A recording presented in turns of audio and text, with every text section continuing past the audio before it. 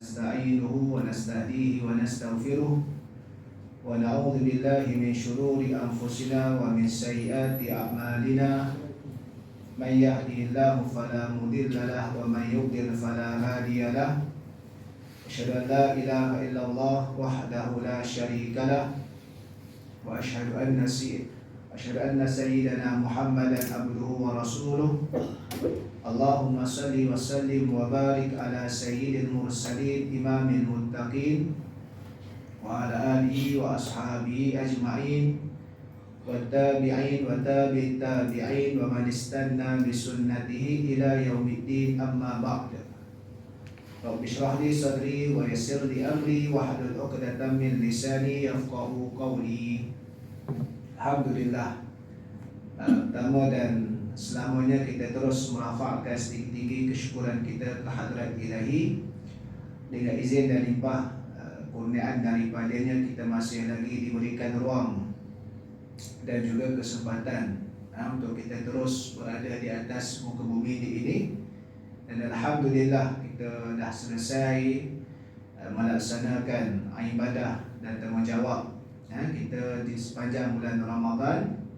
Dan Alhamdulillah, kita dikurniakan anugerah Raya Aidul Fitri dan kita berada di dalam bulan Syawal, bulan yang kita sambut kemeriahan dan kegembiraan Aidul Fitri itu dengan menjalinkan silaturahim, ziarah, menziarahi dan sebagainya lah. Okay, baik. Jadi insya-Allah kita baru saja dalam masa lagi mood raya sebenarnya. Jadi selalunya bila selepas Ramadan ini, awal-awal Ramadan, biasa yang kita diperingatkan berkenaan dengan satu soalan. Kalau Syekh Arab dia akan sebut madza ba'da Ramadan, apa selepas Ramadan. Maksudnya bukan apa itu bulan apa. Kalau apa selepas Ramadan, Syawal lah kan. Lepas Syawal, Zulqa'dah, lepas Zulqa'dah, Zulhijjah. Bukan itu yang dimaksudkan. Makna katanya, apa selepas Ramadan ini, apa lagi ibadah yang kita nak buat selepas Ramadan. Makna katanya perbicaraan berkenaan dengan istiqamah, istidamatul amal, berterusannya amalan. Ada satu artikel yang ditulis oleh Muhammad Hamud An-Najdi ini berkenaan dengan madza ba'da Ramadan. Intipati dia baik, sebagai peringatan tazkirah untuk kita terus beramal ibadah di sepanjang bulan selepas daripada Ramadan. Bukan sekadar sepanjang bulan Syawal saja, tapi selepas pada Ramadan sampai kita bertemu dengan bulan Ramadan yang akan datang. Sampai bila? Sampailah kita dijemput oleh Allah Subhanahu wa taala untuk bertemu dengannya, sampai matilah kan. Sebagai itu dikata la in kana syahrul Ramadan al-mubarak qad intaha. Bulan Ramadan dah selesai, dah habis, dah tamat. Maka akan tapi fa inna amalan muslim la yantahi. Tapi amalan ibadah orang-orang Islam tidak akan berhenti, kecuali bi mufaraqati ruhihi badani, melainkan telah tercabut roh daripada badannya. Jadi amalan-amalan kita, amal soleh kita ni bukan terhenti dengan selesai atau tamatnya Ramadan, tapi amalan kita ni berhenti apabila kita telah mati. Sampai ajal kita mati, kita akan berhenti beramal, kan?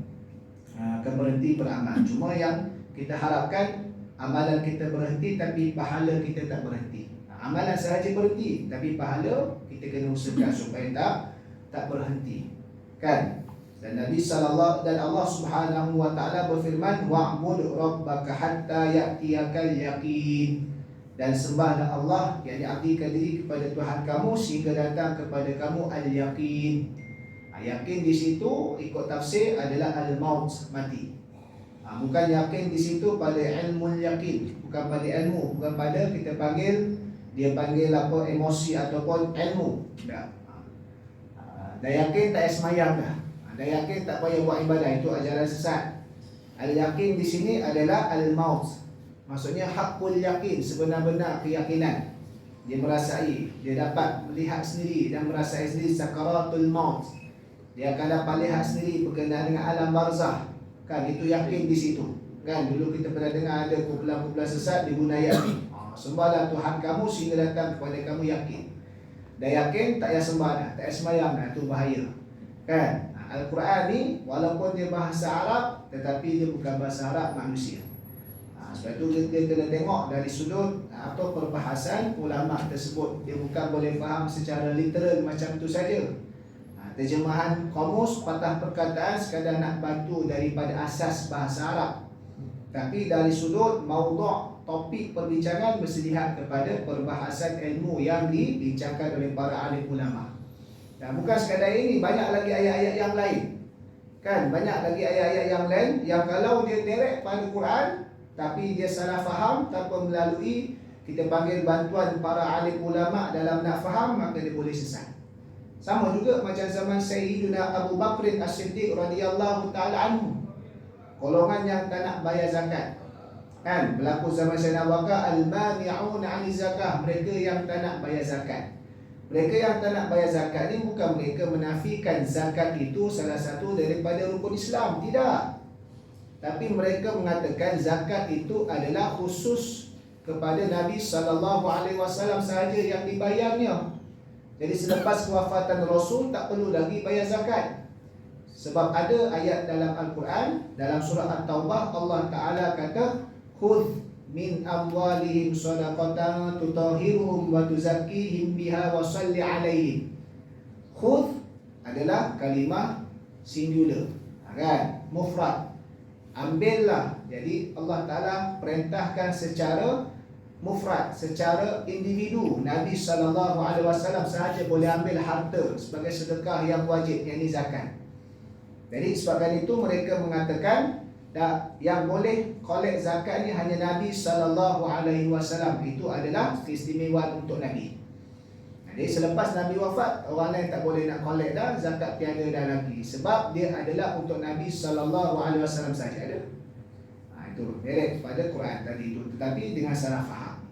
Kan okey. Dan begitu juga disebutkan, iaitulah kata-kata Allah semasa zaman Nabi Isa alaihissalam, yang mana katanya firman Allah, wa awsani bis salat, kata-kata Nabi Isa berkaitan apa yang diperintahkan oleh Allah kepada baginda, wa awsani bis salati waz zakat ma dumtu hayya, telah diwasiatkan kepada aku akan solat dan zakat selama mana aku hidup.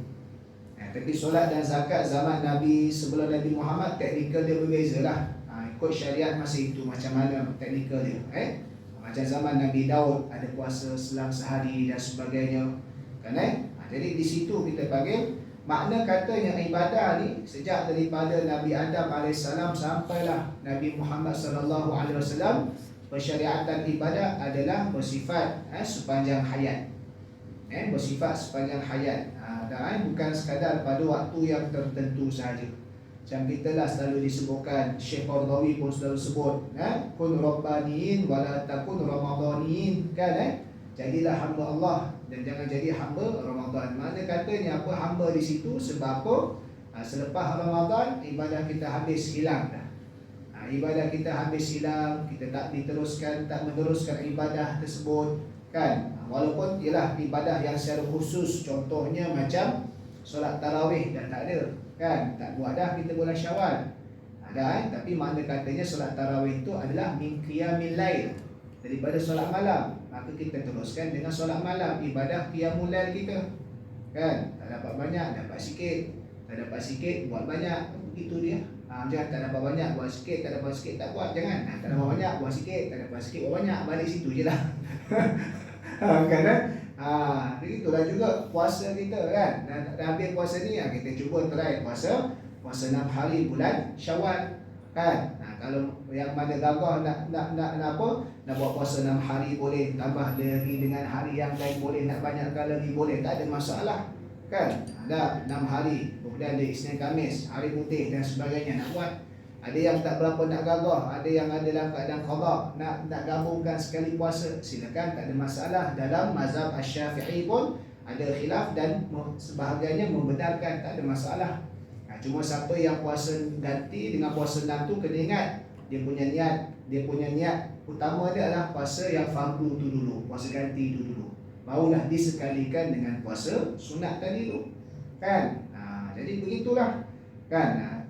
Dari sudut sedekah, sebab tu bila di sudut sedekah bulan Ramadan kita banyak sedekah sebab afdalus sedekah fi syahr Ramadan kan. Masa raya ni kita bila bagi duit raya ke anak-anak jiran ke saudara apa sebagainya, kita niatkan sedekah, niatkan hadiah, tak ada masalah.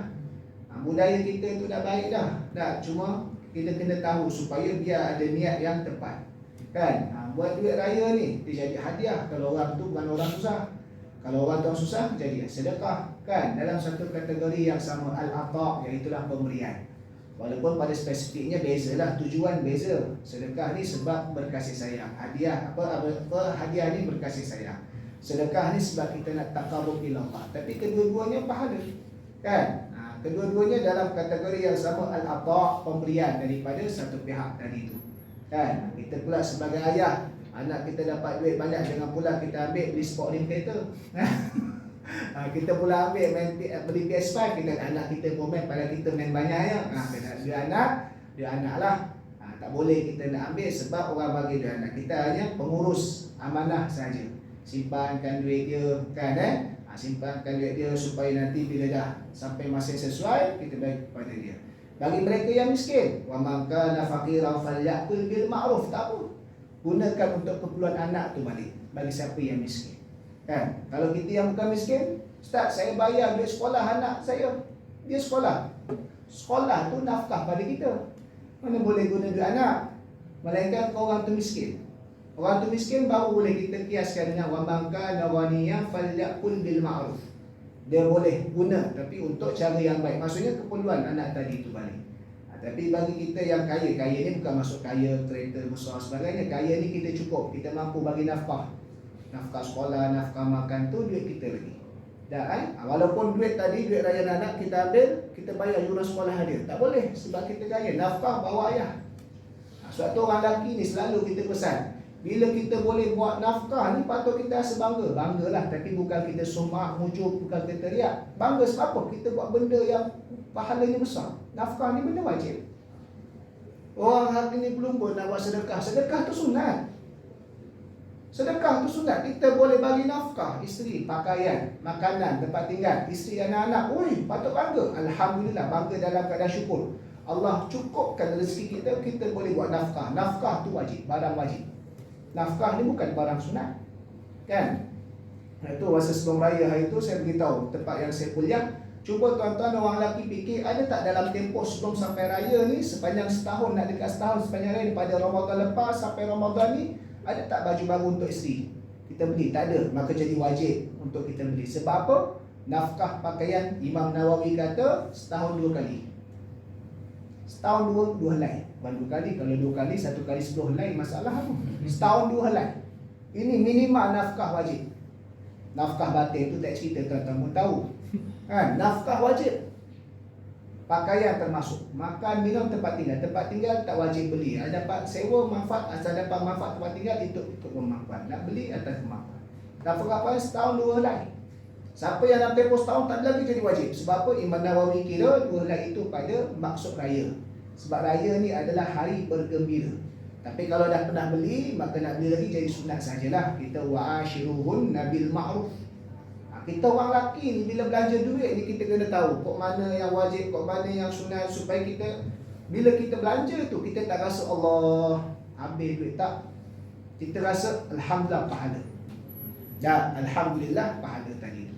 Kan jadi bila kita nak bagi duit raya pun samalah. Kan?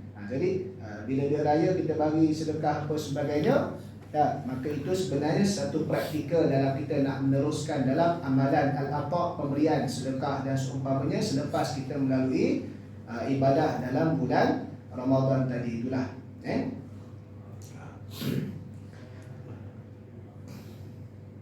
Maka di antaranya lagi yang disebutkan tentang peringatan daripada Nabi sallallahu alaihi wasallam tentang supaya istiqamah, dan di mana Nabi SAW mengatakan la takun mithla fulan kana yaqumul lail fatarakahu. Nabi pesan jangan jadi seumpama si fulan. Nabi ada bagi pesanan.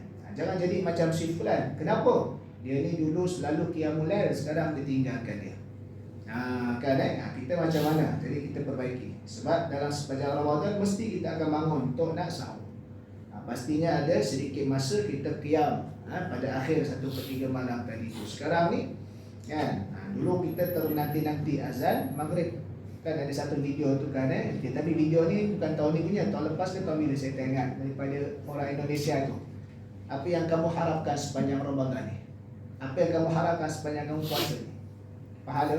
Apa sebagainya? Lepas tu dia kata, aku yang harapkan adalah azan maghrib. Sekarang ni azan maghrib orang buat dek je. Dulu punya tu nanti. Kalau ada nombor telefon bidan tu boleh dia maki hamun. Apa hal lambat sangat ni? Tapi kalau cepat sangat pun kena maki hamun juga sebab kan.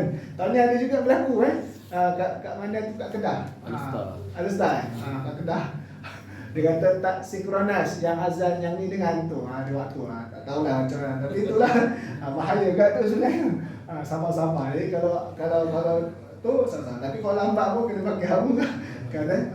Sekarang orang buat dia ya. Azan maghrib. Dulu ni asal azan asar ni sama macam azan maghrib. Punya bincang. Memanglah sama. Yang lain ni subuh je. As-salatu khairum minan naum kan. Dengar azan asar tu macam azan maghrib dah kata Allah. Memang samalah, cuma waktu je lain kan. Jadi tak nanti dah. Kan? Kita sekarang macam mana kan? Sepatutnya kita macam mana kita nak kena convert perasaan tadi, nanti azan untuk nak semayang begitu. Nanti azan untuk nak buat ibadah kan. Walaupun kita yang bukan, kalau bukan hari itu berbuka puasa. Maka ini menunjukkan ala anna yadullu ala anna tarka qiyami syai'in min al-lail naqasa fi imanir rajuli wa amali. Dia kata apa? Maka ini menunjukkan orang yang meninggalkan qiyamul lail sesuatu daripada ibadah malam, kurangnya pada iman seseorang itu dan amalan dia tadi itu. Kan? Wa qiyamul lail yatahaqqaqu walau bi rak'ataini ba'da isya. Kan? Ibadah malam itu dipanggil apa? Terlaksana walaupun dengan 2 rakaat selepas daripada isya. Maksudnya terlaksana tadi itu dikira cuma afdal tak afdal, itu perbincangan lain pula. Tidur dulu bakit tengah malam itu afdal untuk lengkap, tapi paling tidak macam tu. Thumma yutiru bi rak'atin, kemudian witir dengan 1 rakaat. Ini terlaksana afdalnya minimal 3 kan. Jadi siapa yang boleh buat afdal kan. Wa afdaluhu ba'da syatril lail aw fi thuluthihi al-akhir. Afdalnya selepas tengah malam ataupun pada 1/3 akhir malam. Kan?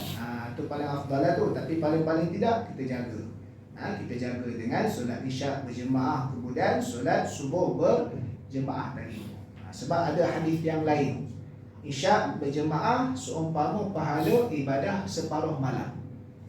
Seumpama ibadah separuh malam. Kalau subuh, isyak dan subuh berjemaah, maka di situ seumpama ibadah sepanjang malam. Tapi yang afdalnya boleh buat lagi lah. Itu seumpama saja.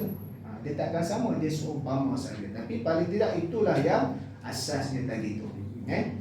Dan tengok kita dalam bulan Syawal, ibadah-ibadah yang lain yang boleh kita banyakkan lagi, iaitulah antaranya dalam hadis Nabi sallallahu alaihi wasallam, ayyuhan nas afshus salam, sebarkan salam.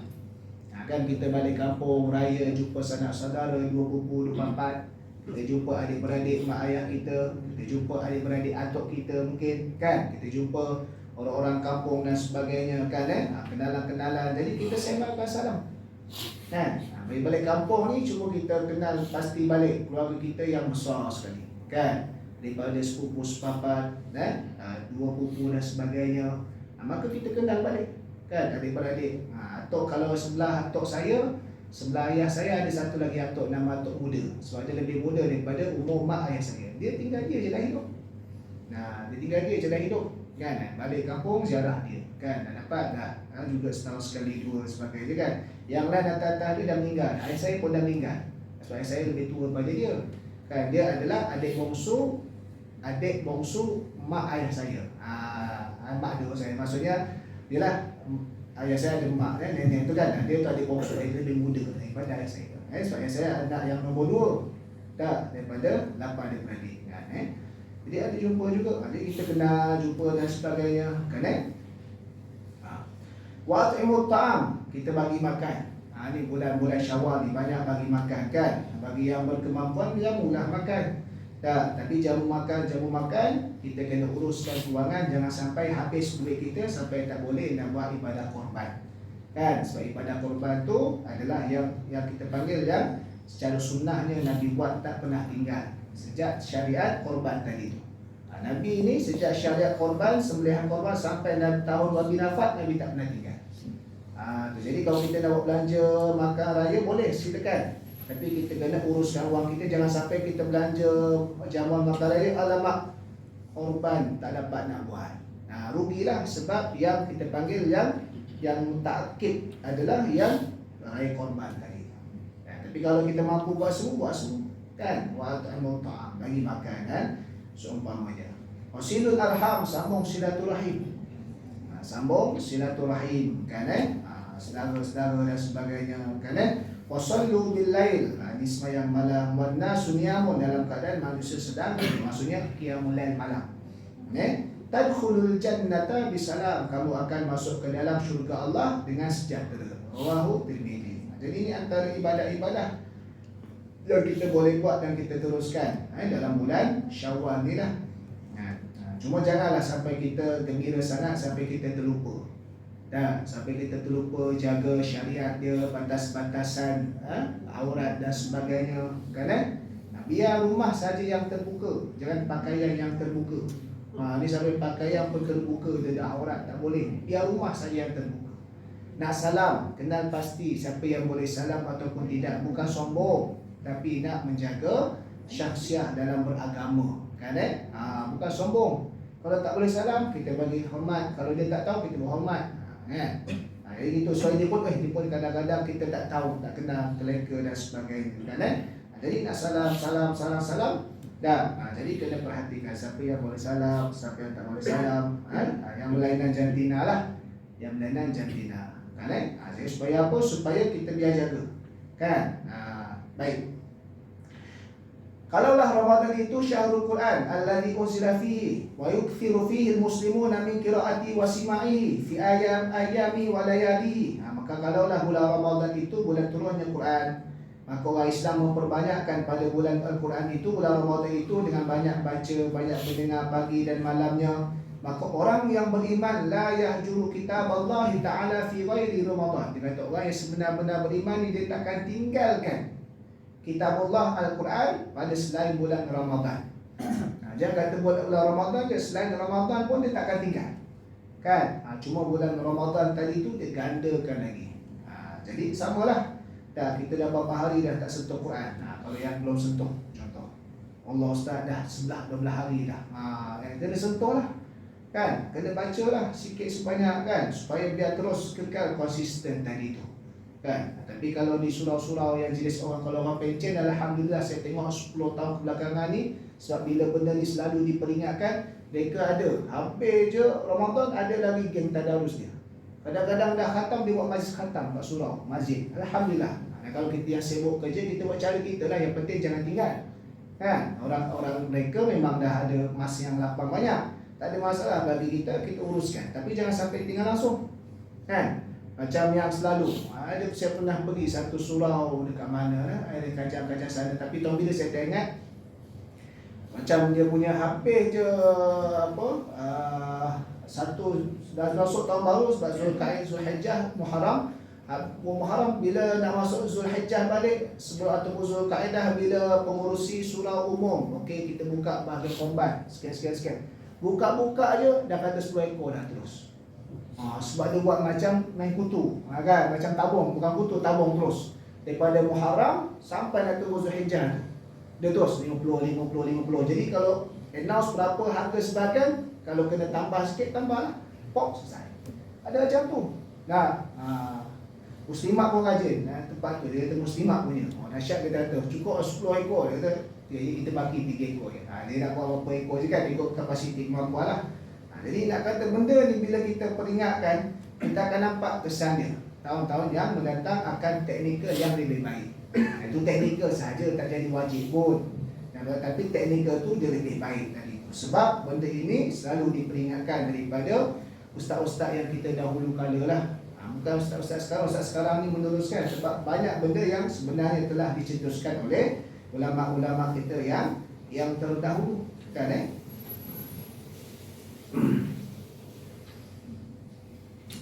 Disebutkan juga Ramadan syahrul zakah, bulan zakat ataupun bulan infak.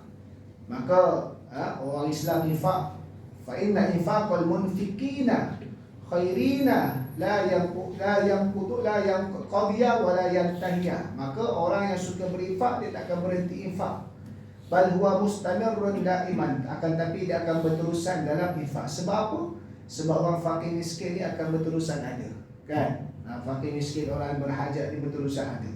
Kalaulah habis awal Syawal tu kita bagi, kemudian dia masih lagi susah, maka itulah tujuan kita nak infak tadi itu, kita bantu lagi dan sebagainya, kan? Maka wahada yadullu ala dawami infaqi fi kulli waqtin wa hinin, kan? Maka ini menunjukkan dari sudut berterusannya infak pada setiap masa dan setiap waktu tadi itu. Li'anna al-fuqara'a wal masakina hajatuhum mustamirratun.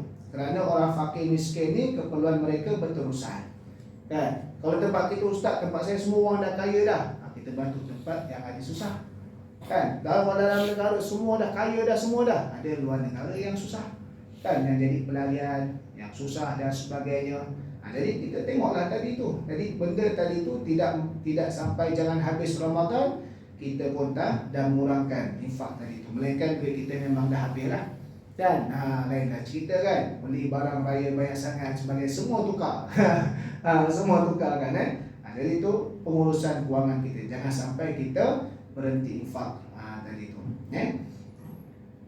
Sebab apa? Sebab sepatutnya sepanjang Ramadan apa yang sebenarnya kita dapat daripada apa yang dibincangkan, istiqamah, berterusan tadi itu. Sebenarnya bila sepanjang Ramadan ni adalah antara perkara yang paling penting adalah perubahan kita punya tabiat dan kita punya sikap. Itu yang paling penting sekali. Maksudnya kalaulah kita boleh bangkit awal sebelum subuh dalam tempoh sepanjang 30 hari, kenapa kita tak boleh teruskan setelah mana kita dilatih, ditrain selama 30 hari tersebut atau 29 hari, kan? Ini paling besar sekali. Kalaulah sepanjang 30 hari, 29 hari, sebulan kita ni dilatih untuk perbanyakkan bacaan Quran, kenapa kita tak teruskan? Sebab yang paling penting adalah perubahan sikap, perubahan kita punya pengurusan. Bukan kita hanya mengubah masa, tapi kita nak mengubah sikap. Sebab itu ada satu artikel yang tahun lepas saya baca daripada page Syekh Muhammad Al-Ghazali. Syekh Muhammad Al-Ghazali ini bukan Imam Ghazali tu, itu Imam Ghazali awal lagi. Ini Syekh Muhammad Al-Ghazali ini dia adalah tok guru kepada Syekh Dr. Yusuf Al-Qaradawi. Dia tok guru kepada Syekh Dr. Yusuf Al-Qaradawi. Dia kata apa? Bulan Ramadan adalah bulan perubahan sikap. Bulan Ramadan adalah bulan berlapar.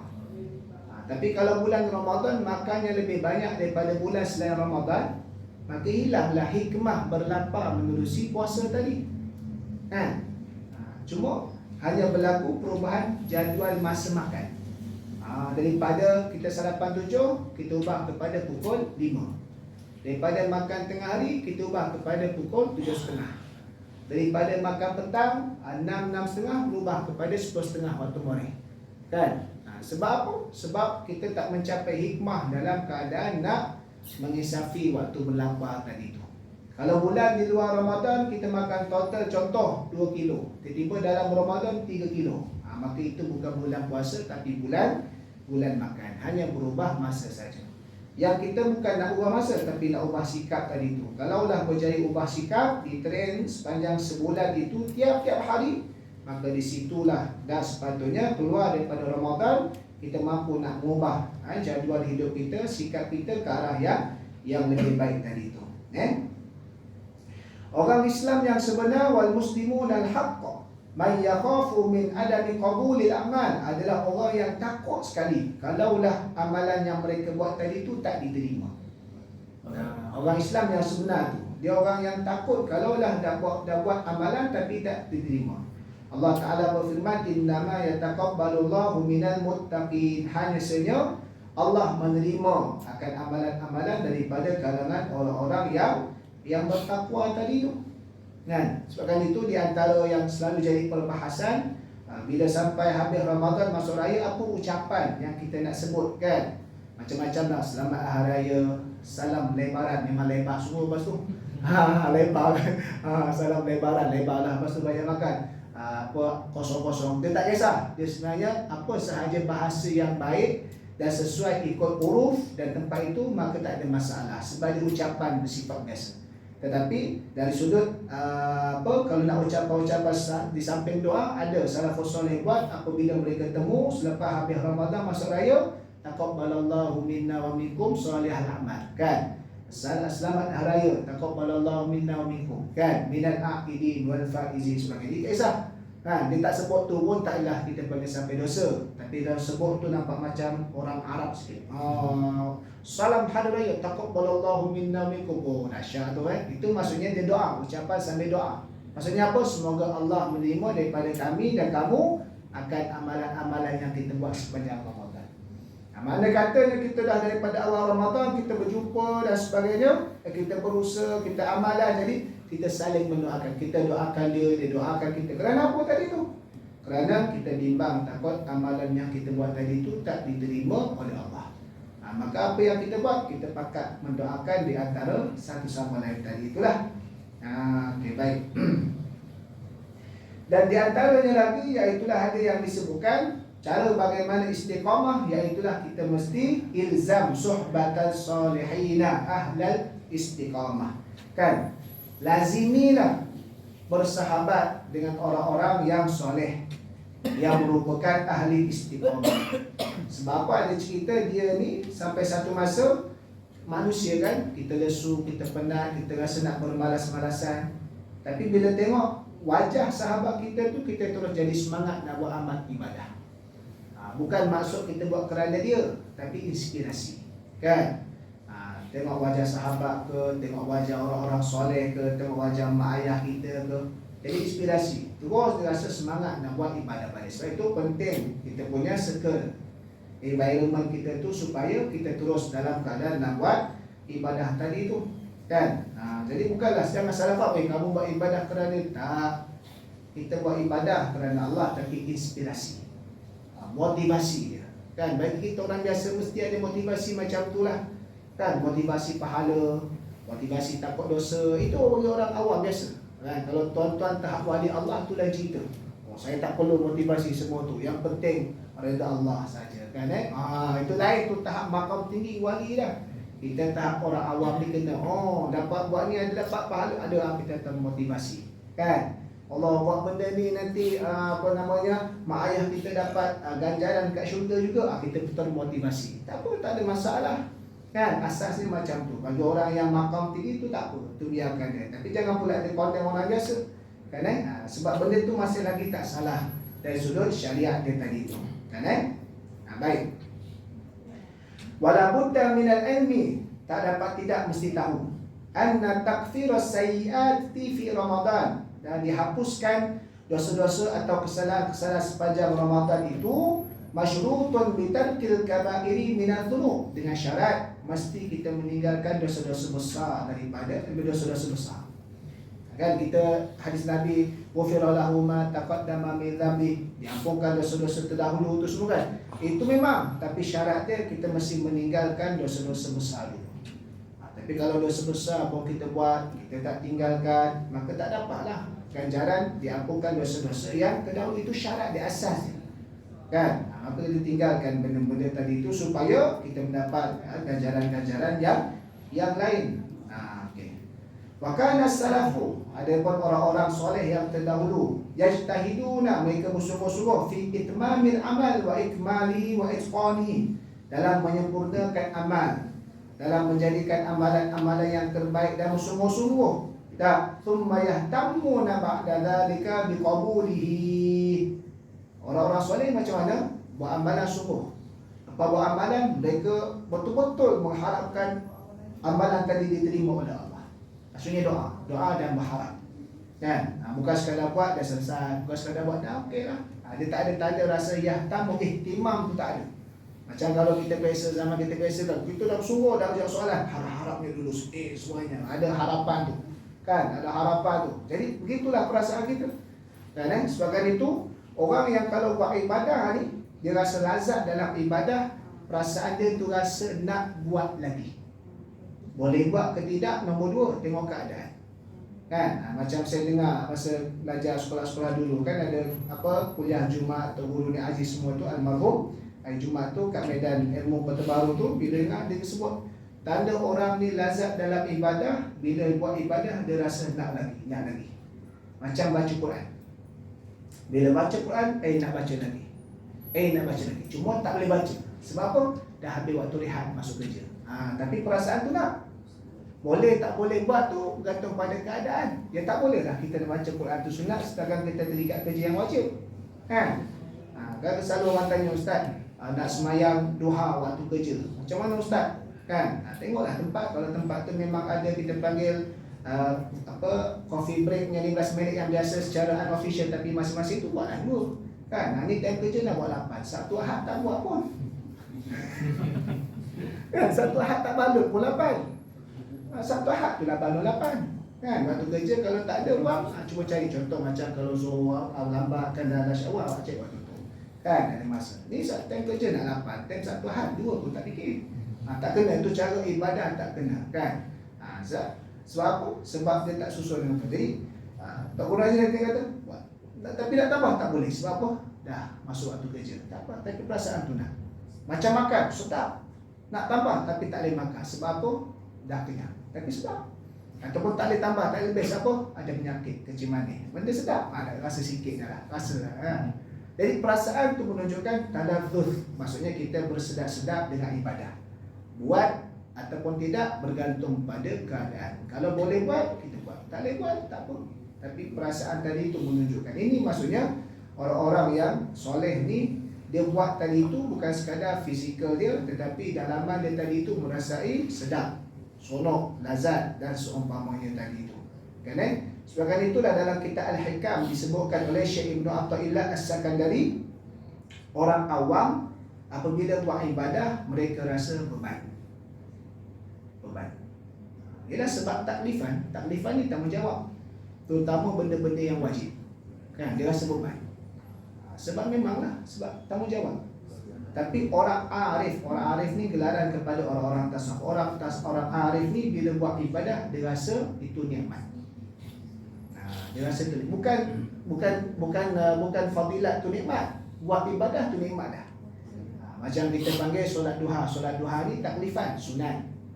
Dia punya fadilat dia murah rezeki. Kita orang awam tengok fadilat tu yang nikmat. Semayang tu taklifan, kan? Tapi orang arif, orang tasawuf, ibadah tu, taklifan tu adalah satu nikmat. Sebab apa? Dalam ramai-ramai manusia berapa trilion ke apa? Tak tahu trilion ke apa manusia. Dalam ramai-ramai itu bukan semua boleh buat semayang. Bukan semua semayang. Allah Ta'ala bagi kita boleh semayang. Sebab waktu ibadah itulah waktu kita punya communication ataupun kita punya silah hubungan kita dengan Allah. Waktu ibadah.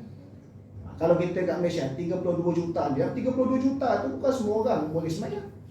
Yang kafir tu tolak dah, yang bukan Islam. Yang Islam tu pula belum pakai balik berapa orang, berapa orang. Jadi dia rasa nikmat sebab Allah pilih dia boleh buat ibadah. Sebab kita nak boleh ibadah ni bila Allah Ta'ala izinkan, kan? Jadi begitulah. Jadi nak katanya bila buat ibadah tadi tu, maka bila kita latih ke arah macam tu di antara bagaimana cara untuk nak kekalkan istiqamah tadi tu. Selain daripada itu, istiqamah adalah menunjukkan ahsanu halihi min halihi sabiq. Iaitulah keadaan sekarang ini lebih baik daripada keadaan dia yang lepas. Itu tanda istiqamah. Mana kata kita pun faham bahawasanya istiqamah ni tidak sekadar konsisten yang berterusan, tetapi dia mesti ada satu nilai kemajuan, improvement dalam kita punya nilai beribadah tadi itu. Kan? Kalau daripada kita umur 7 tahun kita dibawa oleh ayah kita semayang, duduk soh belakang sekali sebelah budak 7 tahun kan, tak balik lagi dapat buat mesin di belakang.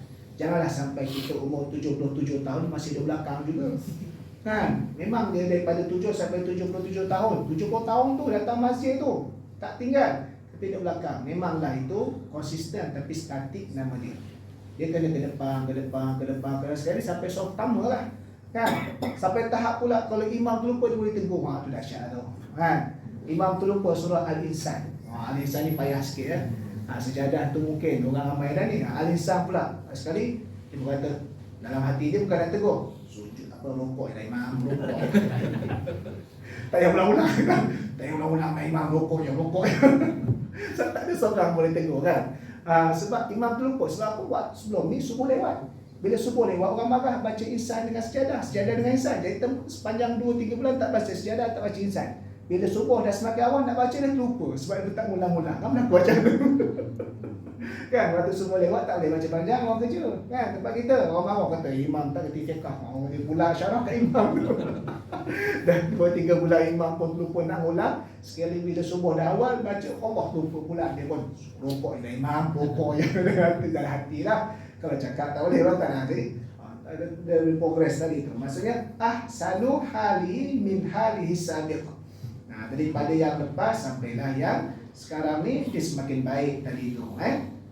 Samalah juga dalam bab-bab yang lain. Kalau kita baca Quran daripada kita proses perbaiki tajwid, makhraj dia sebagainya, maka kita ke arah untuk nak faham sedikit demi sedikit. Kan? Selalu yang orang tanya bila masuk Ramadan ni, soalan yang sepanjang tahun, sepanjang zaman antara soalan yang orang tak jemu tanya, Ustaz, mana yang lebih afdal Ustaz? Apa namanya? Kita khatam 30 juzuk ke ataupun kita tadabbur Quran tadi tu.